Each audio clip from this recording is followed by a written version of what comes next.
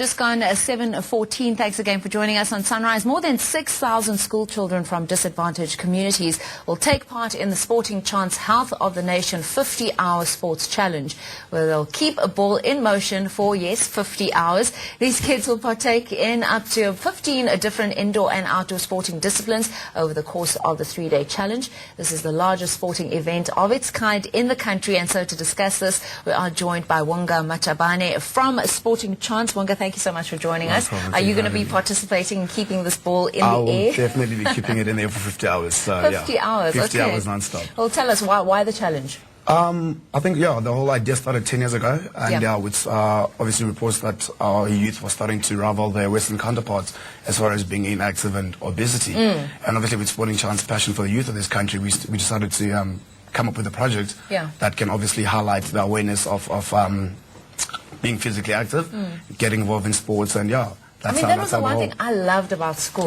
I played every sport I could possibly play, partly because it kept me active, it kept me out of trouble as well, and I was physically fit. But nowadays we don't see kids participating in sport in school anymore. I mean, that's obviously reasons to be a lot of things, and obviously one of those, they've taken, obviously physical education is not longer comprised in sports, and you can say TV, you can say computer games, crime, and obviously facilities. Our kids don't have safe and proud facility to actually play their sports, and it's very hard. I mean, growing up, every kid wants to run around and play around. So this is a perfect project for them. We've got 15 different sports codes. Okay. We've got Club V will be down there as well. They're going to be doing their thing, and we've got some obviously your traditional sport, rugby, cricket, soccer. And a lot of these sports, these kids will be playing for the very first time. Very first time, like they'll be playing table tennis. We've got the SA rope skipping champs, which is lovely. Rope skipping is taking off as well. That's a great part of exercise.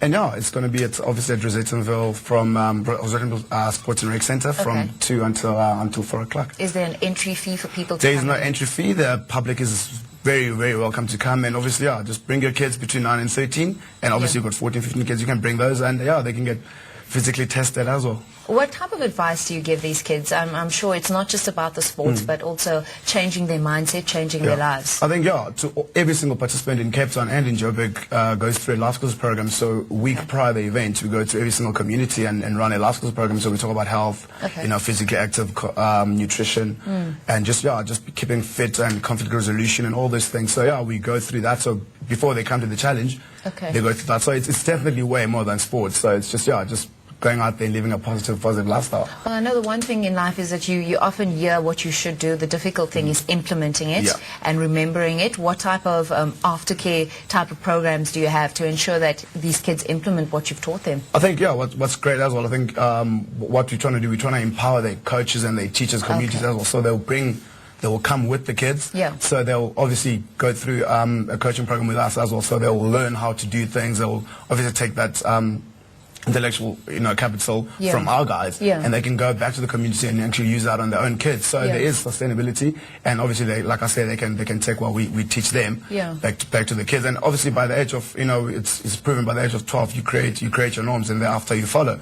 So if you get them at a very young age, chances are he's not going to wake up on his 13th birthday and decides to stop being active and stop sports. So, and if they're not playing sport by the age of 12, I mean, that was one of the outcomes of your survey that you conducted with Prof. Tim Noakes as well, that if you're not playing a sport by the age of 12, or you develop your habits by the age of 12, I mean, are kids that are older than 12, are you able to get them back into that system? We'd love to. That's why we, encouraging them to come through as well. I think, And like I say, you're never too old to start, and I think the biggest part about exercise is actually starting. So they can definitely come through. We encourage every single person to come through on the weekend. Now, Sporting Chance has been around for about 20 years. 21 years. 21 years. That's a long time. What has the organisation seen in the landscape of South African youth? Or what changes have we really been seeing? Where's the real challenge lying? I think, obviously, like I say, development is very hard. Obviously, to develop something, you need the funding. And obviously, we've identified sport as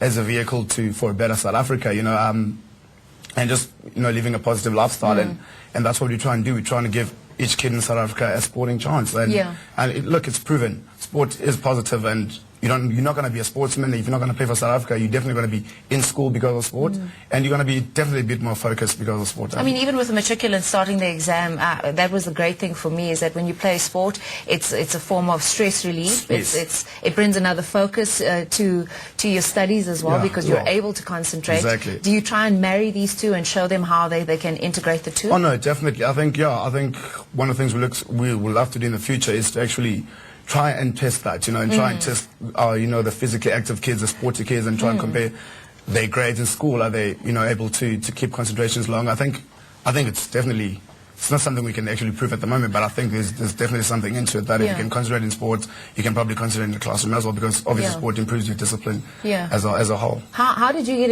involved in Sporting Chance? I'm always interested in the people that make up these different organizations. It's actually a funny story, because I was a 12-year-old kid. I was one of the kids that I coach as well. So you've come full circle. Full circle. There was a project that we street beach cricket project they ran in Cape Town. I was 12 years old, and I went to that and I was hooked for life. And so they really stuck with it. It's all about sustainable change. Sustainable change. And I think I'm a perfect example of how sport can change your life. What vision do you have for the kids or the youth in South Africa?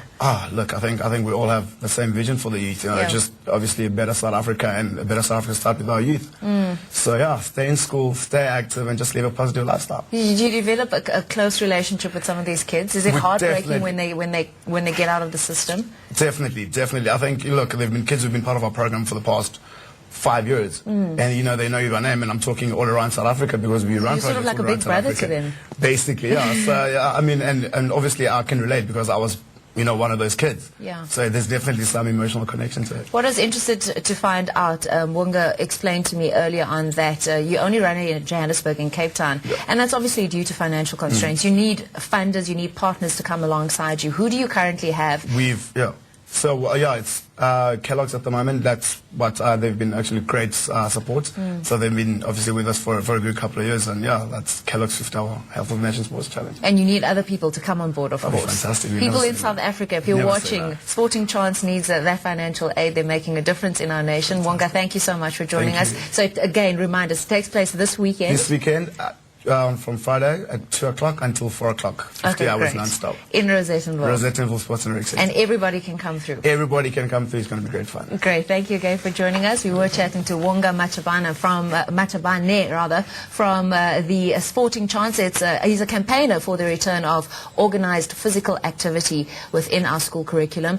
Sporting Chance Health of the Nation 50-hour sports challenge will take place, as we mentioned, in Johannesburg at the Southern Suburbs Recreation Center in Rosettenville. This coming Friday until Sunday. You've got to get there. We'll see you in a short while. Thanks again for staying with Sunrise. But in fact, we'll continue with our sports bulletin. We start with football news.